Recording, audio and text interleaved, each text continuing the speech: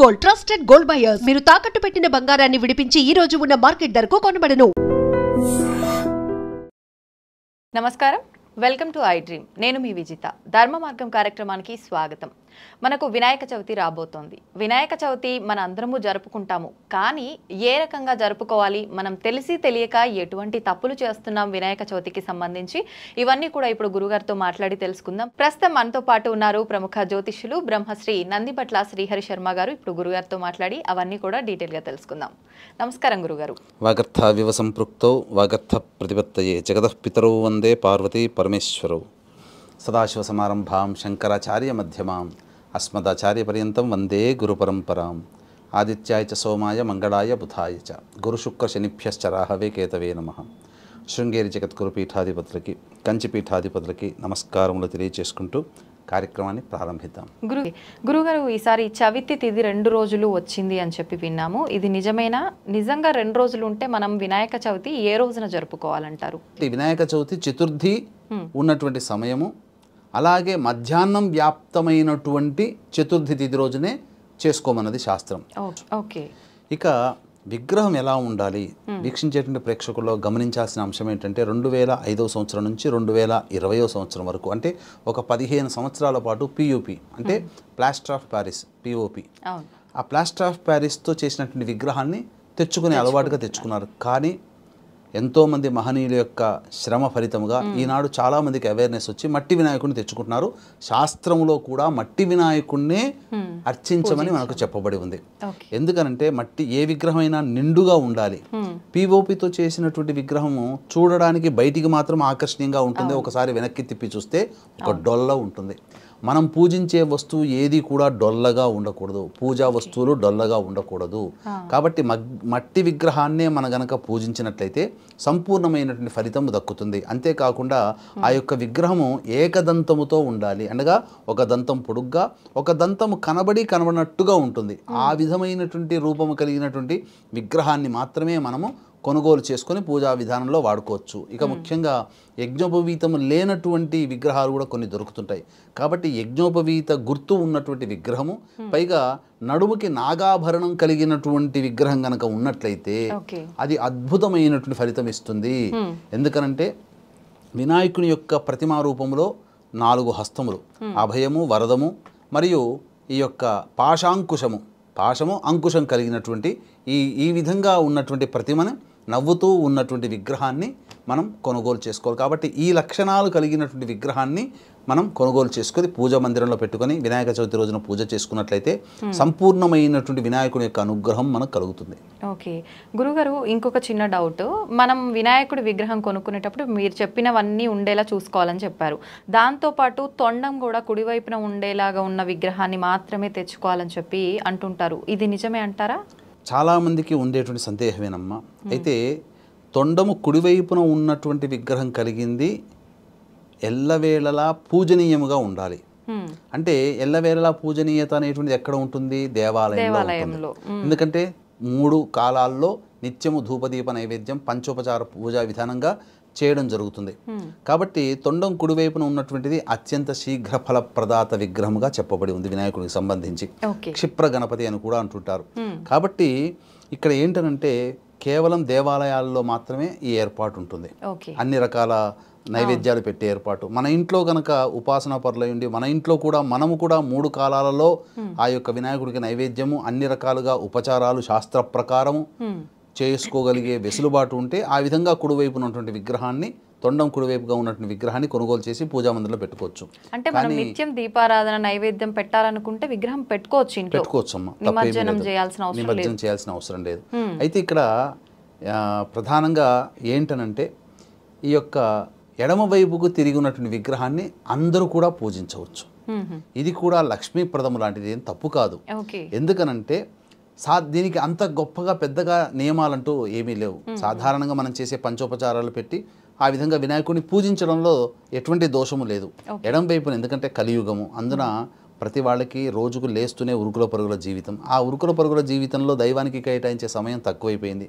కాబట్టి ఏ పని చేసినప్పటికీ కూడాను నిజాయితీగా భక్తి నిష్ఠతో గనక చేసినట్లయితే తప్పకుండా ఫలితం వస్తుంది. కానీ అంత భక్తి నిష్ఠ శ్రద్ధ ఇవన్నీ కూడా ఇప్పుడున్నటువంటి సామాన్య ప్రజలకి లేవు. కాబట్టి సాధారణంగా ఎడంవైపు తొండం ఉన్నటువంటి వినాయక విగ్రహాన్ని గనక తెచ్చుకొని పూజించుకున్నట్లయితే మంచి ఫలితం కలుగుతుంది. శాస్త్రం కూడా ఒప్పుకుంటుంది. అయితే కొన్ని కుటుంబాలలో చాలామంది ఇప్పుడు పిల్లలకి పేర్లు పెట్టడంలో డిఫరెంట్గా ఉండే ఎవరికీ లేని పేర్లు పెట్టుకుంటాము అని ఎట్లయితే కోరికలు గుర్రాలే పరిగెడుతున్నాయో వినాయకుడి విగ్రహాల్లో కూడా ఎవడింట్లో లేనటువంటి వినాయకుడి విగ్రహం మనం తెచ్చుకోవాలని చెప్పి రకరకాల భంగిమల్లో ఉన్నటువంటి విగ్రహాన్ని కొనుగోలు చేస్తున్నారు. అందులో భాగంగా తొండము విషయంలో కొన్ని జాగ్రత్తలు తీసుకోవాలమ్మా. కొన్ని ఎలా ఉంటాయంటే తొండం అమృత కలశాన్ని పట్టుకొని ఇలా చుట్టినట్టుగా ఉండి కిందకి తొండం ఉన్నట్టుగా ఉంటుంది. కొన్ని పైకి తొండంగా చూపినట్టుగా ఉంటుంది. ఎప్పుడు కూడా అలాంటి విగ్రహాన్ని కొనుగోలు చేయకూడదు. ఎందుకంటే తొండము కిందికిగా ఉన్నటువంటి విగ్రహం కొనుగోలు చేస్తే అది యోగ సంబంధించినటువంటి విగ్రహము, యోగనిష్టతో ఉన్నటువంటి. తొండం పైకి ఉన్నటువంటిది అయితే అది తపోనిష్టతో కలిగినటువంటి విగ్రహము. కాబట్టి యోగనిష్టలో ఉన్నటువంటి వినాయకుడిని తపోనిష్టలో ఉన్నటువంటి వినాయకుడిని కనుక మనం కనుక పిలిచి ఆవాహన చేసి అతనికి యోగ తపోనిష్టలకి భంగం కలిగించామంటే ఆగ్రహానికి గురవుతాము. పైగా దేవతాగ్రహానికి గురైతే పూజ చేయడం వల్ల వచ్చే మంచి మాట దేవుడెరుగు, దానివల్ల చెడు ఫలితాలు కలుగుతాయి. కాబట్టి తొండము ఎడం వైపున ఉన్నటువంటి విగ్రహాన్నే మనం పూజా మందిరంలో సాధారణంగా మనం ఆ వినాయక చవితి రోజున కొనుగోలు చేసి ఆ యొక్క విధానంగా మనం పూజ చేసుకోవచ్చు. కుడివైపున ఉన్నటువంటి వాటికి కానీ తొండము దిగువన అనగా అధోముఖంగా చూస్తున్నట్టుగా ఊర్ధ్వముఖంగా పైకి చూస్తున్నట్టుగా ఉన్నటువంటి విగ్రహాన్ని మనం కొనుగోలు చేయకూడదు. ఓకే. అయితే గురుగారు ఇందాకే మనం మాట్లాడుకున్నాం చవితి తిథి 2 రోజులు వచ్చిందని. చాలా మందిలో డౌట్ ఉంటుంది. అంటే కొంతమంది సాయంకాలమే విగ్రహ ప్రతిష్టాపన చేసి అప్పుడు పూజలు చేస్తుంటారు పొద్దంతా చేయకుండా. కొంతమంది పొద్దున్నే సూర్యోదయంతో స్టార్ట్ చేస్తుంటారు పూజ. నిజంగా ఏ టైంలో చేసినప్పటికీ ఏ రోజున చేయాలంటారు? చేసేటప్పుడు సమయం చూసుకోవాలంటారా? ఇక్కడ చవితి తిథి 2 రోజులు రావడం కొంత గందరగోళానికి గురి చేసింది. అయితే ఇంకా నో డౌట్ శనివారం రోజున మాత్రమే మనం వినాయక చవితి పూజ చేసుకోవాలి. అయితే మనకు ముద్గల పురాణాన్ని అనుసరించి వినాయక చవితి యొక్క పూజ ఈ యొక్క మధ్యాహ్న సమయంలో చేసుకోమన్నది. అంటే కాబట్టి ఎటువంటి సమయంలో అంటే 7వ తారీఖు రోజున ఉదయం 11 గంటల నుంచి 1 గంట 15 నిమిషాల లోపల ఈ యొక్క వినాయక చవితి పూజ చేసుకోవచ్చు మనం. అయితే సాధారణంగా మంటపాలలో గనక ఉన్నటువంటి వాళ్ళు వినాయక చవితి పూజ అనేటువంటిది సాధారణంగా సాయంత్రం పూట చేస్తుంటారు. కాబట్టి సాయంత్రం పూట పంచమి తిథి వస్తుంది కాబట్టి అప్పుడు పూజ చేసుకుంటే ఫలితం ఉంటుందా అనే సంశయం కూడా చాలా మందికి ఉంటుంది. ఇందులో సంశయం పడాల్సిన అవసరం లేదు. సూర్యోదయానికి ఏ తిథి ఉందో ఆ రోజంతా కూడా ఆ తిథి మనం చెప్పుకుంటాం. కాబట్టి ఇక విశేషంగా మనకు ఆ పంచమి రోజున చేసినటువంటి అనే భావన లేకుండా దోషం తొలగిపోకుండా మనకు పూజా ఫలితం మనకు దక్కాలి అని అంటే పంచమీయుక్త చతుర్థ్యాం తిథౌ అని చెప్పి సంకల్పంలో గనక చెప్పుకున్నట్లయితే తప్పకుండా ఆ యొక్క వినాయక చవితి రోజునే మనం పూజ చేసినటువంటి ఫలితం మనకు సాయంత్రం పూట మంటపాలలో ఇంట్లో చేసుకున్నట్టయితే ఉదయం 11 నుంచి 1 గంట 15 నిమిషాల మధ్యలో పూజ చేసుకోవాలమ్మా.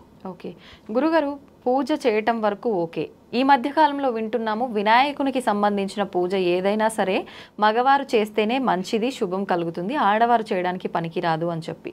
నిజంగా భగవంతుని పూజించడానికి ఆడ మగ అనే భేదం చూసుకోవాలంటారా?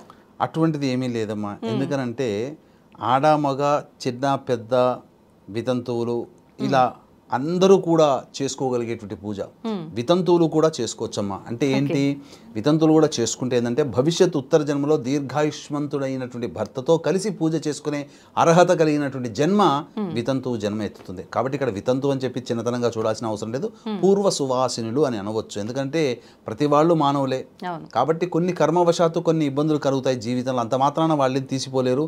అలాగే రావణుడి యొక్క తల్లి కైకసి మహాశివ భక్త పరాయణురాలు. మరి ఆమె ప్రతిరోజు కూడాను సముద్రం దగ్గరికి వచ్చి సైక తెలంగాణ ఏర్పాటు చేసి పూజ చేసింది అనంటే ఆమె ఖచ్చితంగా పూజ చేసే ముందు గణపతి పూజ చేసి ఉంటుంది కదా. ఎందుకంటే ఆమె ప్రతిరోజు శివార్చన చేసేది, శివాభిషేకం చేసుకునేది, ఖచ్చితంగా గణపతి పూజ. కాబట్టి వీక్షించేటువంటి ప్రేక్షకులు వితంతువులు కూడా చేసుకోవచ్చు.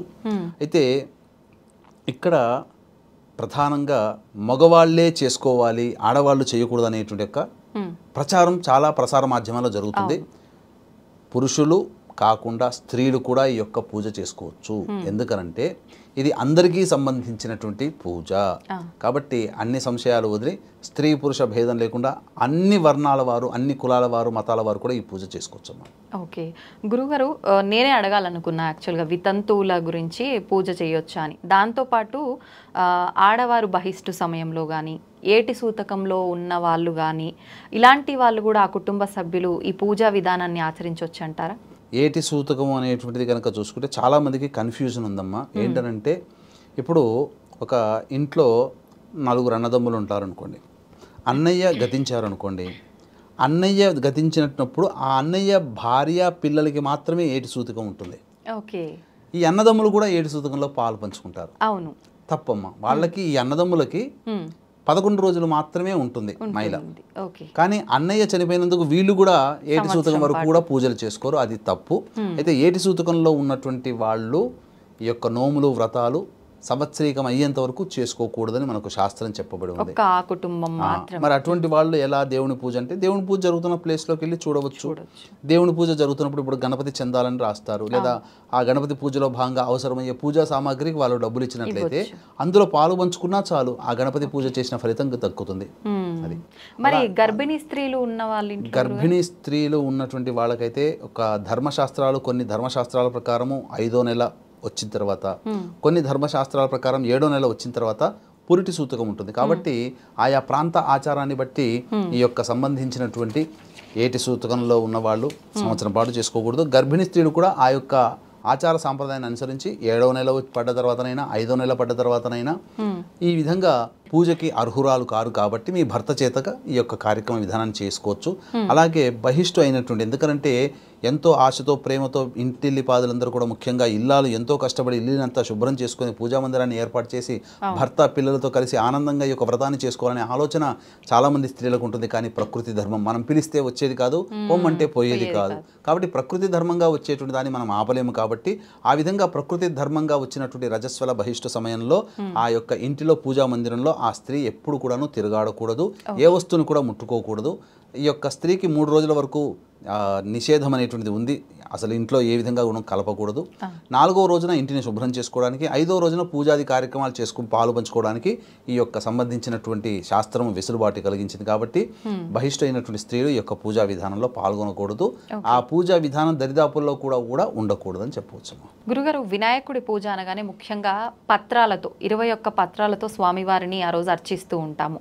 అయితే ప్రత్యేకంగా ఆ 21 పత్రాలతోటే పూజ చేస్తేనే ఆ ఫలితం అనేది మనకు వస్తుందా?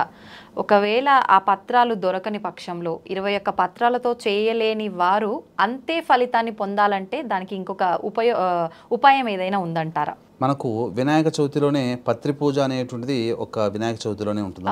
21 పత్రాలు, 21 పత్రాలు. అయితే ఈ 21 పత్రాలు అనేటువంటివి ప్రస్తుత కాలంలో చాలా మటుకు దొరకట్లేవు. పల్లెటూళ్ళలో ఉన్న వాళ్ళకే దొరకట్లేదు. మరి అటువంటిది సిటీ ప్రాంతంలో ఉన్నటువంటి వాళ్ళకి దొరకవు. కాకపోతే చాలా మంది ఆ యొక్క పత్రాల పేరున చెప్పి పిచ్చి పిచ్చి మొక్కల యొక్క ఆకుల్ని తెప్పుకొని వచ్చి, వేర్లను తెప్పుకొని వచ్చి, కాండాలను తెప్పుకొని వచ్చి ఇవే పత్రాలంటే పూజ చేసుకుని అని అంటున్నారు. మనం గుడ్డిగా వెళ్ళి ఆ పత్రాన్ని తెచ్చుకుంటున్నాం. కానీ తెలిసి చేసినా తెలియక చేసినా, తెలిసి ముట్టుకున్నా తెలియక ముట్టుకున్నా నిప్పే కదమ్మా. కాబట్టి అందులో కొన్ని మాత్రమే ఉపయోగపడేటువంటివి ఉంటాయి. కాబట్టి ఇటువంటి సంశయం ఉన్నటువంటి వాళ్ళు ఏం చెయ్యాలి? ఏ పత్రంతో పూజ చేసినట్లయితే 21 పత్రాలతో చేసినటువంటి పూజా ఫలితం దక్కుతుందనంటే దూర్వా పూజ అని మనకు శాస్త్రంలో చెప్పబడి ఉంది. అంటే దూర్వా అంటే గరిక. కాబట్టి గరికని సాధారణంగా ఏం చేస్తారంటే కొట్లలో కొనుక్కొచ్చుకోవడమో, లేకపోతే ఇంటి చుట్టుపక్కల ఎక్కడైనా కనబడితే తీసుకొని రావడం జరుగుతుంది.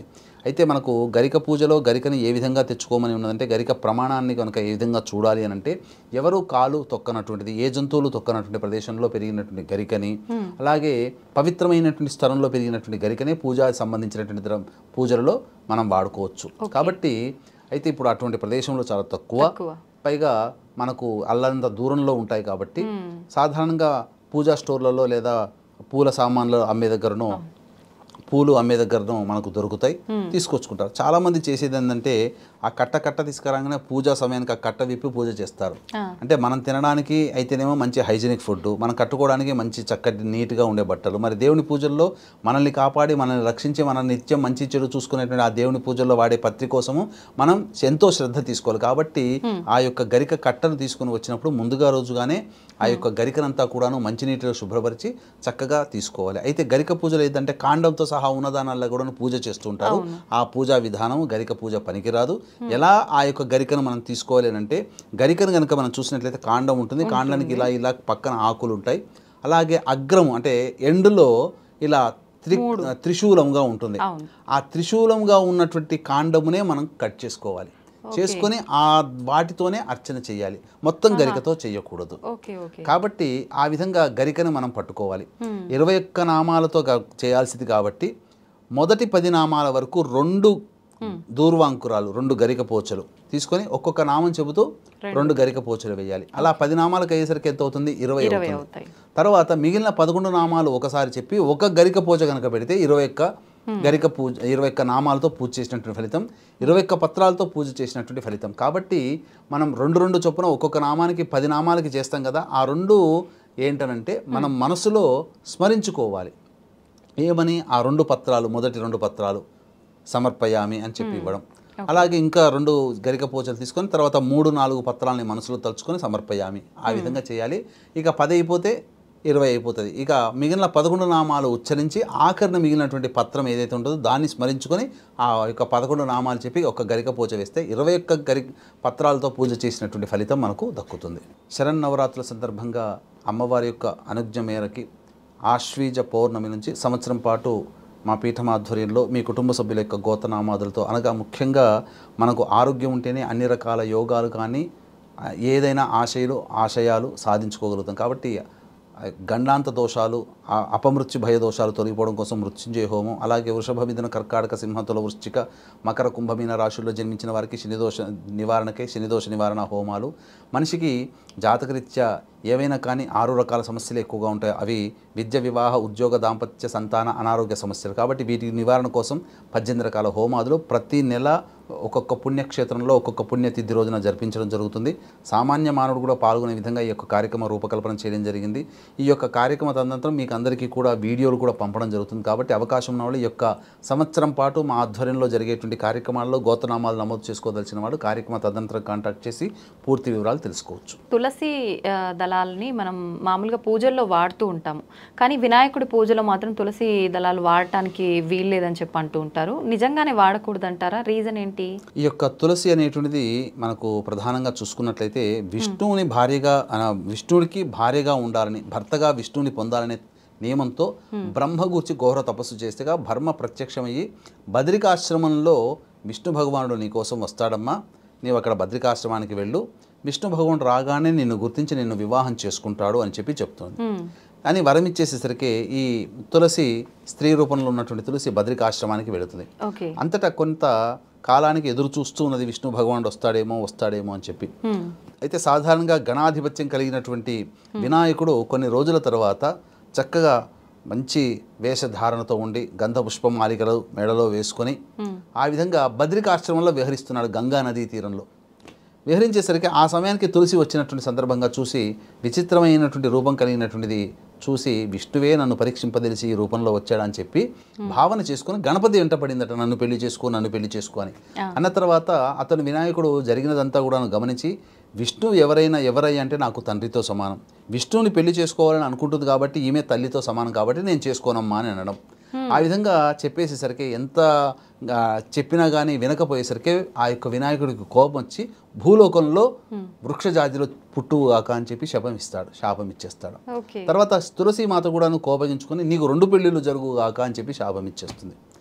ఇది జరిగిన తర్వాత అప్పుడు కొంత ఇబ్బంది పడ్డ తర్వాత, అనగా బాధపడ్డ తర్వాత, అమ్మ నీవు నాకు తల్లితో సమానరాలు అమ్మా, విష్ణువు ఎవరో కాదు నాకు తండ్రి, అతన్ని పెళ్లి చేసుకోవాలనుకున్నావు, నువ్వు తల్లితో సమానం, నేను విష్ణువు కాదో మొర్రో అంటే కూడా నువ్వు పట్టుబట్టి నా వెంట పడ్డావు కాబట్టి నిన్ను శాపం ఇవ్వాల్సి వచ్చింది, నువ్వు ప్రతిశాపం ఇచ్చావు, జరగక మానదు, ఇక అనుభవించాల్సిందే అని చెప్పంగానే అప్పుడు ఇక తులసీదేవిని చూసి ఇక నా యొక్క పూజల్లో నీ యొక్క పత్రాన్ని వాడకూడదు అని చెప్పి నిషేధం చేస్తాడు. ఎందుకు నిషేధం చేస్తాడు అంటే అక్కడ ఏం కోపం కాదమ్మా, తల్లితో సమానురాలైనటువంటి పత్రాన్ని కొడుకు పూజల్లో వాడవచ్చునా? ఇప్పుడు తల్లి వచ్చి ఎక్కడైనా కొడుకుకి నమస్కారం చేస్తుందా? కొడుకే తల్లికి నమస్కారం చేయాలి. తులసిని పూజించాల్సినటువంటి వినాయకుడు తన వినాయకుడి పూజలో తులసిని ఇష్టపడడు పూజ చేయడానికి. కానీ సంవత్సరంలో ఒక రోజు వచ్చే వినాయక చవితి రోజున మాత్రం తులసి పత్రంతో పూజ చేయవచ్చని శాస్త్రం చెప్పబడ్డది. ఇక ఏ రోజుల్లో కూడా ఎప్పుడు కూడా తులసితో గణపతికి పూజ చేయకూడదు, నిషేధము. దానివల్ల దుష్ప్రభావాలు కలుగుతాయని చెప్పవచ్చు. ఓన్లీ చవితి రోజు మాత్రం పర్వాలేదు చేయొచ్చు. వినాయక చవితి అది కూడా వినాయక చవితి రోజు ఏదో ఒక కారణం చేత మనకు వినాయక చవితి రోజు వినాయకుడి పూజ చేయటానికి వీలు కాకపోతే మరి ఇంకొక రోజు ఎప్పుడైనా చేసుకునే అవకాశం ఉందంటారా? అలా మన శాస్త్రంలో ఉందా? ఇప్పుడు ఇక్కడ పూజ సమయానికి చేయలేకపోవడం అనేటువంటిది మన యొక్క కర్మ దోషం. కాబట్టి చేసుకోవాలి పూజ అనేటువంటి మనసులో ఉంటుంది. కాబట్టి శాస్త్ర ప్రకారం వెసులుబాటు ఎప్పుడయ్యానంటే, ఎందుకంటే ఇప్పుడు ఉన్నటువంటిది ప్రతిదీ కూడా బిజీ స్కెడ్యూల్. ఎందుకంటే ఒకప్పుడు కుటుంబ సభ్యులు, పెదనాన్నలు, బాబాయిలు, మేనత్తలు, మేనమామలు అందరూ కలిసి చక్కగా ఇంటిలిపాది ఒక 50 మంది కలిసి ఒకే చోట కూర్చొని ఈ యొక్క వినాయక చవితి పూజ చేసుకునేవాళ్ళు. వినాయక చవితి అని కాదు, ఏ పూజనైనా. రాను కాలం మారాయి. కాలంలో మనుషుల యొక్క ప్రభావాలు మారిపోయి సంబంధ బాంధవ్యాలు కూడా తగ్గిపోయాయి. ఇప్పుడు న్యూక్లియర్ ఫ్యామిలీస్ అయిపోయాయి. కాబట్టి ఇప్పుడు సోలో పర్సన్గా అయిపోయింది. నాకు నేనే రాజు, నాకు నేనే మంత్రి అన్నట్టుగా తయారైపోయింది. కాబట్టి బిజీ స్కెడ్యూల్స్ ఉండడం వల్ల కొంతమంది వినాయక చవితి రోజున పూజ చేసుకోలేకపోవచ్చు. ముఖ్యంగా స్త్రీలు ఈ ఋతుక్రమం సందర్భంగా ఇబ్బంది వచ్చినప్పుడు ఆ విధంగా పూజ చేసుకోలేకపోవచ్చు. కాబట్టి అటువంటి వాళ్ళు ఏం చేయాలంటే, భాద్రపద మాసము పౌర్ణమి తర్వాత వచ్చే సంకష్టహర చతుర్థి రోజున, వినాయక చవితి రోజున ఈ విధంగానైతే మనం పూజ చేసుకొని దైవానుగ్రహాన్ని పొందుతామో, ఆ విధంగా సంకష్టహర చతుర్థి భాద్రమాసంలో పౌర్ణమి తర్వాత వచ్చేటువంటి రోజున పూజ చేసుకొని ఆ దైవానుగ్రహాన్ని పొందవచ్చు. వినాయక చవితి రోజున చేసినటువంటి పూజా ఫలితమే మనం పొందుతామని చెప్పవచ్చు. అంటే ఆ రోజు విగ్రహం పెట్టి అలానే చేసుకోవచ్చు. ఓకే గురుగారు, మనందరం కూడా ఎక్కువ శాతం తొలి పూజ అనేది వినాయకుడికే చేస్తుంటాం. ఎటువంటి కార్యం తలపెట్టినా ముందుగా ఆయనకు పూజ చేసిన తర్వాతే మిగతాయి చేస్తుంటాం. కానీ వైష్ణవులు మాత్రం వినాయకుడిని పూజించరు అని చెప్పి వింటుంటాం. మరి వాళ్ళు వినాయకుడి బదులుగా ఏ దైవాన్ని ఆరాధిస్తుంటారు? వైష్ణవులు ఊహించి మనం పూజ చేసుకునేటువంటి గజానన రూపంలో ఉండే వినాయకుడిని పూజించారు. వాళ్ళకంటూ సపరేట్గా మళ్ళీ గణాధిపత్యం కలిగినటువంటి నాయకుడు ఉన్నాడు. అంటే పూర్వం ఒకప్పుడు ఇవన్నీ ఏమీ లేవమ్మా. శైవము వైష్ణవం అన్ని కలిసే ఉండేటివి. రామానుజాచార్యుల వారు ఎప్పుడైతే జన్మించి వైష్ణవ మతాన్ని స్థాపించి వైష్ణవ మతాన్ని వ్యాప్తి చేశారో, అప్పుడు శైవులకి వైష్ణవులకి మధ్య విభేదాలు పెరిగి అంతరాలు పెరిగిపోయి ఒకరినొకరు కొట్టుకొని చంపుకునే పరిస్థితి దాకా వచ్చింది. కాబట్టి సాక్షాత్తు రామానుజాచార్యుల వారి శైవుల యొక్క ప్రభావాన్ని భరించలేక శ్రీరంగపట్నంలో వెళ్ళి కొన్నేళ్ళు తలదాచుకోవాల్సి వచ్చింది.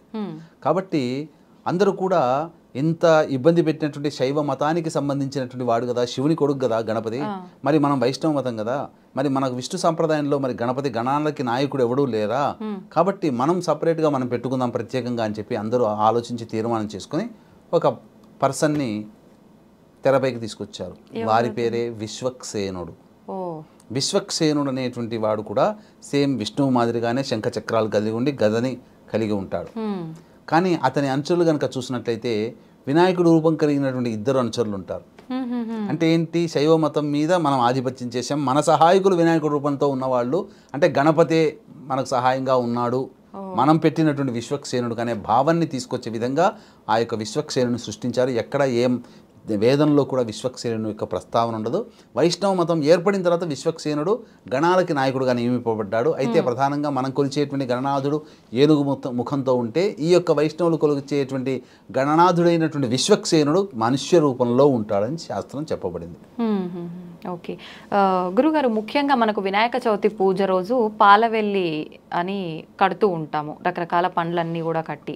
అసలు ఇది వేరే పూజల్లో ఎక్కువగా వాడినట్టుగా అయితే ఎక్కడా చూడలేదు. ఎందుకని ప్రత్యేకించి వినాయక పూజలోనే వాడతాం? దీని ప్రత్యేకత ఏంటంటారు?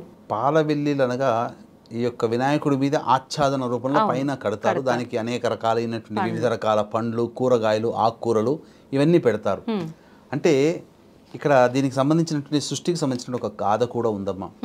బ్రహ్మ సృష్టిని ప్రారంభించాలనే ఉద్దేశంతో అనేక విధాలుగా ప్రయత్నం చేశాడు. ఎన్ని సృష్టి కార్యక్రమాలు చేసినా ఫలితాన్ని పొందలేకపోతున్నాడు. ఎప్పుడు కూడా ఆటంకాలు ఎదురవుతున్నాయి. అలాగే ప్రతి దాంట్లో కూడా సృష్టి క్రమం రావట్లేదు. అంతటా ఆలోచన చేసి తాను తప్పు తెలుసుకొని, తాను గణపతిని పూజ చేయకుండా నేను సృష్టి ప్రారంభించాను తెలుసుకొని, ముమ్మార్లు కూడాను గణపతికి నమస్కారం చేసుకొని గణపతి ప్రార్థన, గణపతి యొక్క అనుగ్రహాన్ని పొంది సృష్టి ప్రారంభించాడు. అయితే గణపతి గురించి చేసినటువంటి తపస్సు ప్రభావం వలన అకార ఉకార మకార స్వరూపమైనటువంటి ఓంకార రూపంలో గణపతి గజాననుడి రూపంలో అతనికి బ్రహ్మకి దర్శనమిచ్చి వరమున సొంగుతాడు. విద్య అలాగే ఆ యొక్క సృష్టి అంతా కూడాను నిర్విరామంగా కొనసాగుతుంది. కాబట్టి ఈ సృష్టి అనగా ఈ సృష్టి క్రమం ఎలా ఏర్పడుతుందమ్మా? మనిషి పుట్టుక లేదా జీవం పుట్టుక, ఆ జీవం మనుగడకి కావాల్సినటువంటి సౌకర్యాలన్నీ కూడాను అనగా ఆకులు, అలమలు, కాయగూరలు, పండ్లు, పుష్పాలు, ఇవన్నీ కూడా ఏ జీవికి మనుగడకి అవసరమో ఆ జీవికి సంబంధించిన పదార్థం అనేటువంటిది. కాబట్టి సృష్టిలో ఈ యొక్క జీవి మనుగడను సూచించేటువంటి అనగా మనుషులకి కావాల్సినటువంటి పండ్లు, కూరగాయలు, ఆకుకూరలు అవన్నీ కూడాను సృష్టి క్రమంలో ఉండే విధంగా ఏర్పాటు చేయడం అనగా పాలవెల్లిలో కట్టడము. ఇక సృష్టి అంతా ఎటువైపు చూసినా 4 దిక్కులే ఉంటుంది. అందుకని చతురస్రాకారంగా పాలవెల్లిని ఏర్పాటు చేస్తారు, గుండ్రంగా కంటే కూడా. కాబట్టి 4 దిక్కును సూచించే విధంగా చతురస్రాకారం ఉంటుంది. ఈ విధంగా ఈ యొక్క గణపతి పూజలో భాగంగా పాలవెల్లిని కట్టడంలో ఉన్నటువంటి అంతరార్థము అంటే ఏంటి? ఇక్కడ ప్రధానంగా మనం గమనించాల్సింది ఏంటంటే సృష్టి ప్రారంభించాలనుకున్నటువంటి బ్రహ్మకి కూడా సృష్టి కార్యం నెరవేరలేదు. సృష్టి జరగడానికి మూల కారణం దైవానుగ్రహం ఈ యొక్క గణపతి రూపంలో అని తెలుసుకున్న వాళ్ళందరూ కూడా సృష్టిని సూచించేటువంటి పాలవెల్లిని గణపతి పూజలో భాగంగా వాడడం సాంప్రదాయంలోకి వచ్చేది. ఓకే గురుగారు, మనం వింటూ ఉంటాం ఎవరైతే వినాయక చవితి రోజు చంద్రుని గనక చూస్తారో వాళ్ళు నీలాప నిందల పాలవుతారు అని చెప్పి. అయితే ముఖ్యంగా మనకి ఈసారి 2 రోజులు చవితి తిథి ఉంది. మరి ఏ రోజున మనం చంద్రుడిని చూడకూడదంటారు? చంద్రుడికి సంబంధించినటువంటిది వినాయక చవితి రోజున చంద్రుడిని చూడకూడదని చెప్పి మనకు శాస్త్రం. ఎందుకంటే పార్వతీదేవి సాక్షాత్తు వరం ఇచ్చినటువంటిది, శాపం ఇచ్చినటువంటిది కూడా అని చెప్పవచ్చు. అయితే ఇప్పుడు మనకు 2 రోజుల పాటు వచ్చిందమ్మా. శుక్రవారం నాడు మధ్యాహ్నం 3 గంటల నుంచి చవితి ఉంది, శనివారం నాడు మధ్యాహ్నం వరకు ఉంది. కాబట్టి మరి ఏ రోజున చూడకూడదు చంద్రుడిని అని అంటే ప్రధానంగా 2 రోజుల పాటు చవితి తిథి, రాత్రిపూట చవితి తిథి ఉంది, పొద్దున పూట సూర్యోదయ ప్రమాణానుసరి చవితి ఉంది. కాబట్టి 2 రోజుల పాటు చంద్రుడిని చూడకపోవడమే చాలా మంచిది అనేటువంటి విషయాన్ని గమనించుకోవాలి. పోయేది ఏముందమ్మా, 2 రోజులే కదా, ఎన్నో పనులు మానుకుంటుంటాం. కానీ 2 రోజులు చంద్రుని చూడకుండా ఉంటే ఏమైపోతుంది? ఏమీ కాదు. అయితే అన్యాపదేశంగా ఏదైనా ప్రయత్నం లేకుండా చంద్రుడిని అకస్మాత్తుగా చూసినట్లయితే మరి ఎటువంటి పరిహారం చేసుకోవాలి? కాబట్టి ఎవరైనా అనుకోని విధంగా చంద్రుడిని కనుక చూసినట్లయితే ఆకాశంలో ఆ వినాయక చవితి రోజున అనగా 6వ తారీఖు మధ్యాహ్నం 3 గంటల నుంచి 7వ తారీఖు మొత్తం కూడా అప్పుడు ఏం చేయాలంటే, మనం ఎట్లాగో పొద్దున పూట కథ ఇవన్నీ చెప్పుకుంటాం కదా, పూజా కథ. ఈ యొక్క కథలో భాగంగా ఉన్నటువంటి శమంతకోపాఖ్యానము అని ఉంటుంది. అనగా ఆ సంబంధించినటువంటి చంద్రబింబాన్ని వెండి గిన్నెలో కృష్ణ భగవాన్ వారు చూస్తారు పాలు పితుతుండగా. సత్రాజిత్తు అపరాధం మోస్తాడు ఏమని, నా యొక్క బంగారు మణిని ఇచ్చేటువంటి శమంతక మణిని అపహరించి తీసుకెళ్ళాడని. కాబట్టి అది నేను తీసుకెళ్ళలేదు అని చెప్పి నిరూపించడం కోసం ఆ యొక్క మణిని వెతుకులాటలో భాగంగా జాంబవంతుని గృహానికి చేరుకోవడం, జాంబవంతునితో యుద్ధం చేయడం, తర్వాత ఇవన్నీ కూడా తిరిగి మణిని తీసుకొచ్చి ఇవ్వడం, ఆ విధంగా తన ప్రయత్నం చేసి నీలాపనిందలు పోగొట్టుకోవడం. అయితే భగవంతుడు అనేటువంటి వాడికి శక్తివంతుడు, దైవానుగ్రహం ఉంది కాబట్టి చేసుకోగలుగుతాడు. మరి మనలాంటి సామాన్య మానవులు ఇలా ఏ విధంగా చేసుకోవాలనుకున్నప్పుడు ఈ విధంగా మనం పూజ చేసుకుంటాము, అందులో వ్రతం చేస్తాం. ఆ వ్రతంలో భాగంగా ఉన్నటువంటి యొక్క కథని, శమంతకోపాఖ్యానము అనేటువంటి కథని చక్కగా ముమ్మార్లు చదివి ఆ యొక్క వినాయకుడి దగ్గర పూజ చేసి ఉంటారు కదా, పూజ చేసినప్పుడు ఇచ్చినటువంటి ఆ యొక్క అక్షితలను ఎత్తులో వేసుకొని 11 సార్లు గుంజీలు తీసి ఇంటికి వెళ్ళిపోవచ్చు. ఈ విధంగా చేసినట్లయితే ఆ యొక్క దృష్టి దోషం అనేటువంటిది తొలగిపోతుంది. ఓకే గురుగారు, ముఖ్యంగా వినాయకుడు ప్రీతికరమైన నైవేద్యాలు ఆయన ఎక్కువగా తింటుంటాడని చెప్పి మనం కథలో వింటుంటాము. ఆయన తిని ఆ పొట్టంతా ఉబ్బిపోయినట్టుగా ఉండడం చూసే చంద్రుడు నవ్వటం వల్లనే ఆ చవితి చంద్రుడిని చూడొద్దనే దోషం కూడా వచ్చింది అని అంటుంటాము. అయితే అటువంటి ఆయనకి నిజంగా ప్రీతికరమైన నైవేద్యం అంటే ఏది? మామూలుగా 21 రకాల నైవేద్యాలు, 16 రకాల నైవేద్యాలు నివేదన చేయాలని చెప్పి చెప్తుంటారు. కానీ ముఖ్యంగా ఆయనకు ప్రీతికరమైనది ఏంటి? ప్రధానంగా ఈ యొక్క వినాయకుడికి ప్రీతికరమైనటువంటి నైవేద్యము మోదకాలు. కాబట్టి ఆ రోజున మోదకాలని వండి ఆవు నేతిలో వండి ఆ విధంగా మోదకాల నైవేద్యంగా పెడితే వినాయకుడు చాలా సంతోషిస్తాడు. అయితే చాలామంది ఏమనుకుంటారనంటే 21 నైవేద్యాలు, 16 నైవేద్యాలు, 11 నైవేద్యాలు, 9 రకాలు, 7 రకాలు, 5 రకాల నైవేద్యాలు అంటుంటారు. కానీ వాస్తవానికి మోదకాలు ఒక్కటి పెడితే చాలమ్మా. ఇక రెండవ పక్షంలో అయితే వినాయకుడికి ఈ యొక్క సంబంధించినటువంటి ఉండ్రాళ్ళు లేదా బెల్లం ముద్ద ఇవి నైవేద్యంగా పెట్టవచ్చమ్మా. అయితే ప్రధానంగా కొబ్బరి బెల్లముతో చేసినటువంటి కొబ్బరి ఉండల్ని కూడా నైవేద్యంగా పెట్టవచ్చు. ఈ విధంగా పెట్టినట్టయితే చాలు. పెద్ద పెద్దగా నైవేద్యాలు పెట్టాల్సినటువంటి అవసరం లేదు. మనం లఘుగానే నైవేద్యం పెట్టి ఆ యొక్క వినాయకుడి అనుగ్రహాన్ని పొందవచ్చమ్మా. ఓకే గురుగారు, చెరకు గడ, మొక్కజొన్న ఇవి కూడా వినాయకుడి దగ్గర పెడుతుంటారు కదా, అవి కూడా పెట్టాల్సిన అవసరం ఉందంటారా? ఈ కాలానికి సంబంధించి వచ్చేటువంటిది మొక్కజొన్న అటువంటి పంటలు. అవును. అలాగే చెరుకు కూడా సహజంగానే ప్రీతి. ఎందుకంటే ఏ ఏనుకైనా చెరుకు పంటను చూస్తే నచ్చుతుంది, పంట నాశనం చేసేస్తుంది, పూర్తిగా తినేస్తుంది.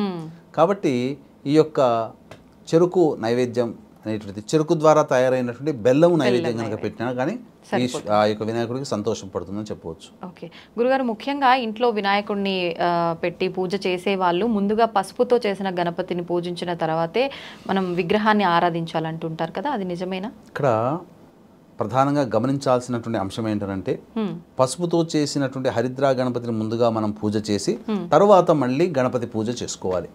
చాలా మంది ఇది తెలియక ఏంటంటే డైరెక్ట్ గా గణపతి పూజ చేస్తారు. ఎందుకు పసుపు గణపతి ఆ యొక్క వినాయకుడికి ఇష్టము అనంటే అమ్మవారు నలుగు పెట్టుకునే సందర్భంలో ఆ పిండి ముద్దకి ప్రాణం పోసి బాలుడుగా సృష్టించింది.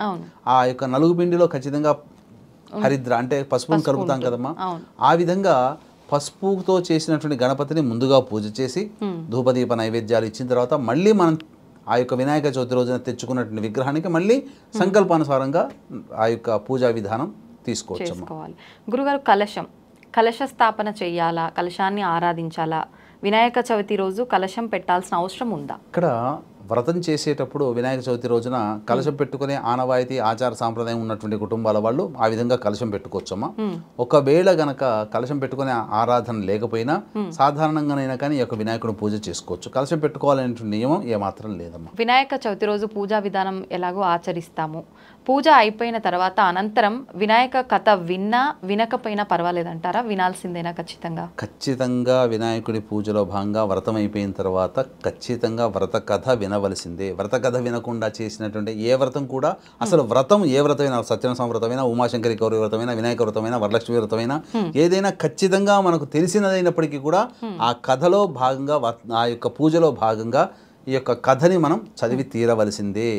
ఇప్పుడు కథ చదవకపోతే ఏమైందని సత్యనారాయణ స్వామి వ్రత కథలో మనకు తెలుసు. వైశ్యుడు అనేటువంటి యొక్క సాధు అనేటువంటి వైశ్యుడు పిల్ల పుడితే వ్రతం చేసుకుంటా, పెద్దగా అయితే వ్రతం చేసుకుంటా, పెళ్లి చేశాక వ్రతం చేసుకుంటా అని అంటుంటారు. ఈ విధంగా కాలయాపన చేస్తుండడం. అయితే కొంతకాలానికి అష్ట కష్టాలు పడి ఇంటికి తిరిగి వస్తుంటారు మామాళ్ళు.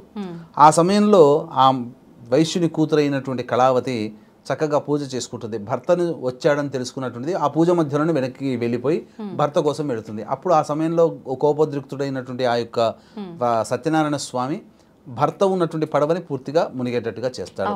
తర్వాత అందరూ విచారించి బాధపడి నువ్వేమన్నా పూజలు ఏమైనా తప్పు చేసామో, ఇంతకుముందు పూజ చేసుకుంటున్నావు కదా అంటే, అప్పుడు నేను కథ వినకుండా వచ్చి ఈ విధంగా ఉన్నానమ్మా అంటే అప్పుడు మళ్ళీ వెళ్ళి పూజ చేసుకొని మళ్ళీ పూజ ప్రారంభించి ఆ యొక్క వినాయక సత్యనారాయణ స్వామి యొక్క వ్రత కథ అంతా విని భర్తను చూడడానికి వెళ్ళగానే భర్త ఉన్నటువంటి పడవ తేలుతూ కనిపించింది. కాబట్టి ఇక్కడ వ్రత కథ అనేటువంటిది చాలా ప్రాముఖ్యత ఉన్నది. కాబట్టి మనకన్నీ తెలిసినప్పటికీ కూడా వ్రతం చేసుకున్న తర్వాత ఖచ్చితంగా ఆఖరున వ్రత కథ వినవలసిందే. వ్రత కథ విని ఆ యొక్క అక్షితలు గణపతి పాదాల దగ్గర వేయవలసిందే.